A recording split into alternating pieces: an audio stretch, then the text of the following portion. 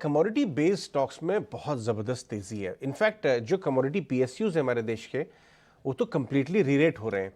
हमारे साथ आज प्रसन्न के मुटुपल्ली जो सीएमडी हैं एनएलसी इंडिया के, वो बातचीत करने के लिए हमारे साथ हैं।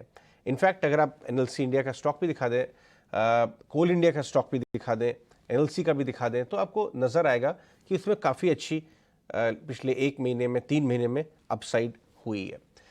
चलिए बात करते हैं। एक तो बहुत बहुत शुक्रिया हमसे जुड़ने के लिए हमारे साथ। सबसे पहले मैं आपसे कोल प्रोडक्शन के बारे में बात करना चाहूँगा। क्या अपडेट है वहाँ पे, किस तरह से कोल प्रोडक्शन चल रहा है?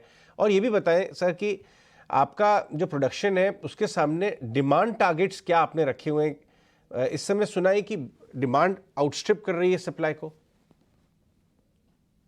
सर, जैसे कि आप जानते हैं कि अभी जो है पावर डिमांड पीक पे चल रहा है।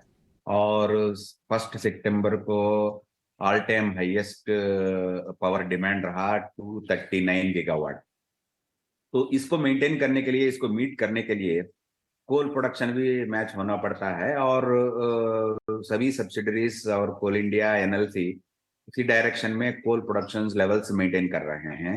तो अभी तो कोई फिलहाल कोई इश्यू नहीं है। जो भी रिक्वायरमेंट है पावर स्टेशन का, उस रिक्वायरमेंट प्रोडक्शन से पूरा हो रही है। कुछ जगह में कुछ लॉजिस्टिक कंस्ट्रेंट्स हैं, बट वो लॉजिस्टिक कंस्ट्रेंट भी ministry of railways, ministry of coal, ministry of power close coordination के साथ उसको जो है मेंटेन किया जा रहा है। तो इसमें मैं यही कहना है कि जो कोल प्रोडक्शन का कोई कमी नहीं है, और सभी पावर स्टेशंस में और पिटहेड में जो कोल स्टॉक्स है वो सफिशिएंट है। और जो भी पावर डिमांड आएगा उसको मीट करने के लिए तैयार है। और एनएलसी इंडिया लिमिटेड का जो ऑपरेटिंग माइन है तालाबेरा, लास्ट फाइनेंशियल ईयर में 8 मिलियन टारगेट की जगह में 10 मिलियन टारगेट अचीव किया गया था। और इस साल को हम लोग टारगेट रखे हैं 14.4 मिलियन मेट्रिक टन का टारगेट रखे हैं। और उसी डायरेक्शन में प्रोडक्शन बढ़िया तरह से चल रहा है।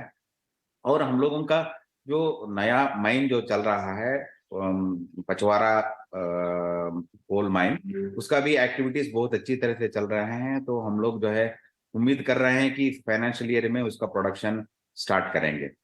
इसके अलावा हमारा जो है रिसेंटली कमर्शियल ऑप्शन में हम लोग को नॉर्थ दादू वेस्ट कोल माइन मिला है। ये पहला माइन है जो NLC India limited commercial option में पाया है। तो इसमें भी हम लोग जल्दी से जल्दी कार्रवाई करके जल्दी से जल्दी प्रोडक्शन लेवल लाने के लिए पूरा कोशिश किया जा रहा है। प्रसन्ना जी, एक चीज़ और समझाइए, क्योंकि आप बता रहे हैं कि कोल की कोई कमी नहीं है, लेकिन क्या किसी तरह की सप्लाई चेन डिस्ट्रप्शंस हैं? क्योंकि कुछ रिपोर्ट्स तो हैं कि कोल की इन्वेंट्री लो है और जो इंक्रीज डिमांड है, क्या वो एक बड़ी वजह है?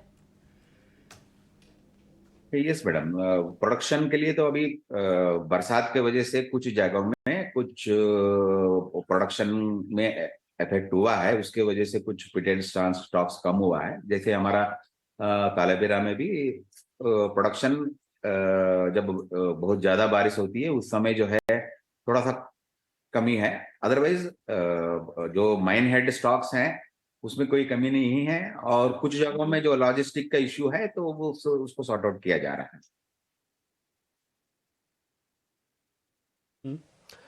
प्रसन्ना जी, मैं आपका ना एक कोर बिजनेस से हटकर एक ऐसे बिजनेस के बारे में जिक्र करना चाहता हूँ जिसके बारे में शायद थोड़ा कम लोगों को भी पता होगा। वो रिन्यूएबल्स का बिजनेस है। आप रिन्यूएबल एनर्जी, खासकर सोलर्स के अंदर थोड़ा काम कर रहे हैं। मेरे को ये बता पाएंगे कि इस समय कितना प्रोडक्शन होता है और आगे चल के इसका कैपेक्स की क्या प्लान्स हैं आपके इस बिजनेस में पर्टिकुलरली? जैसे आप जानते होंगे कि डाइवर्सिफिकेशन के लिए जो है एनएलसी सबसे पहले ये सोलार सेक्टर में कदम रखा था। और एनएलसी इंडिया लिमिटेड ऐसे पहला सीपीएसयू है जो gigawatt scale solar power addition किया है। तो एज ऑन डेट हमारा पास 1450 मेगावाट का सोलार कैपेसिटी है जो जनरेशन हो रहा है। लास्ट फाइनेंशियल ईयर में हम लोग सबसे ज्यादा solar and wind power production किए हैं 2.25 बिलियन यूनिट। तो हमारा जो माइंस में जो पावर कंजम्पशन है वो है 1.5 बिलियन यूनिट और हम लोग जनरेट कर रहे हैं मोर देन 2.25 बिलियन यूनिट्स। सो हमारा जो माइंस ऑपरेशंस हैं वो अभी कार्बन न्यूट्रल ऑलरेडी बन चुका है। और जैसे हमारा अभी तक 1450 मेगावाट है, उसको हम लोग बहुत जल्दी कैपेसिटी एडिशन करके 2030 तक 6 गीगावाट टारगेट अचीव करने का कोशिश कर रहा है। इसी सिलसिले में हमारा 300 मेगावाट का जो सोलर पावर प्लांट राजस्थान में बरसिंहसर के पास में ऑलरेडी काम चल रहा है। हम लोग कोशिश कर रहे हैं ज्यादा से ज्यादा कैपेसिटी इस फाइनेंशियल ईयर में ऐड करें। इसके अलावा हम लोगों को 600 मेगावाट का पावर खावड़ा सोलर पार्क में हम लोगों को मिला है। गुजरात स्टेट के साथ हम लोग पीवीए करने जा रहे हैं। इसके अलावा हम लोग 810 मेगावाट हम लोगों को राजस्थान में मिला है, उसमें भी हम लोग पीवीए जल्दी से जल्दी करना चाह रहे हैं।